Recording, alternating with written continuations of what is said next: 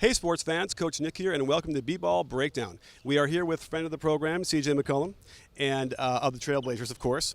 And CJ, you had a pretty nice game last night. I think 31 points against the Nets. And I thought we could talk about a couple of your plays that were pretty impressive. But so you had one on a pick and roll that you ended up crossing over to the big, I believe, and getting the basket. Can you just describe how you read that play and how that all unfolded? Yeah, I came down and called for a mid pick and roll. I think we were trying to get a 33, which is get the shot by 33, you get another possession to end in the quarter. And I came off to the right, and it was a hard hedge. Hard hedge means split or turn the corner.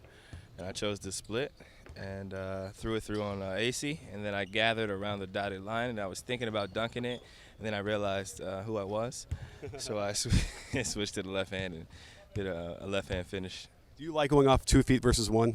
I think it just depends on the moment and who's around. I think the 2 foot is safer for experiencing contact, and I try to stay off the floor as much as possible. And I also like to finish with the left hand and the right. But if I'm going left, I really like to finish with that left hand. So once I split and I seen the big coming over, I was thinking that if he does jump, I want to be able to take the contact and not be knocked off balance. Right, nice. And then soft off the glass. That's just practice, right? Yeah, just practice confidence, and you got to be able to trust that offhand. Now, later on, you had an ISO after the switch for pick and roll and then got nasty. Can you walk us through that a little bit?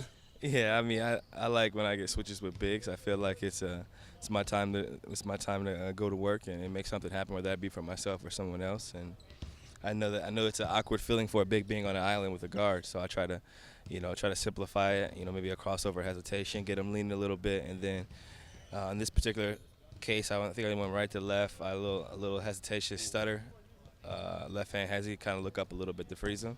And then I went back to that left hand finish over 2 guys going baseline. Yeah, you certainly did. And is that a move that you practice all the time? I don't necessarily think I practice it anymore now that we're in season. But if it's a one-on-one situation where we're playing one-on-one in practice, or just being able to isolate and knowing that you have 5, 6, 7 seconds to get a shot and a good shot. So you had another play, which was one of my favorites last night, which was a drive lefty and then a crazy hook pass lefty, right?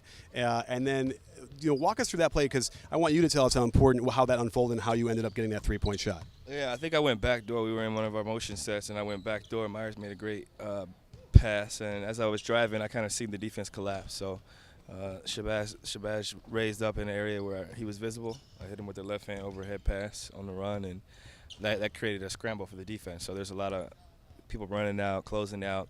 Shabazz hit him with a nice pump fake, kind of reminiscent of the big fella from Toronto, where it's slow and exaggerated. Mm-hmm. And everybody jumped, and I just sprinted back to the corner. He made the extra pass for me, and it was a corner pocket 3.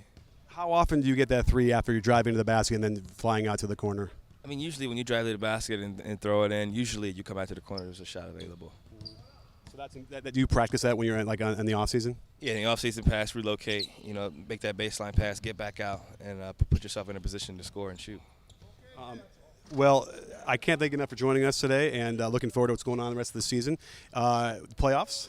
Yeah, we're looking forward to making that push, man. We got a lot of games left here and some momentum. And favorable home schedule. Definitely, very favorable, especially in April. Absolutely. Well, thanks for joining us, and don't forget, sports fans, at B-Ball Breakdown, not a channel, we're a conversation. You in? Are you in, CJ? I'm in.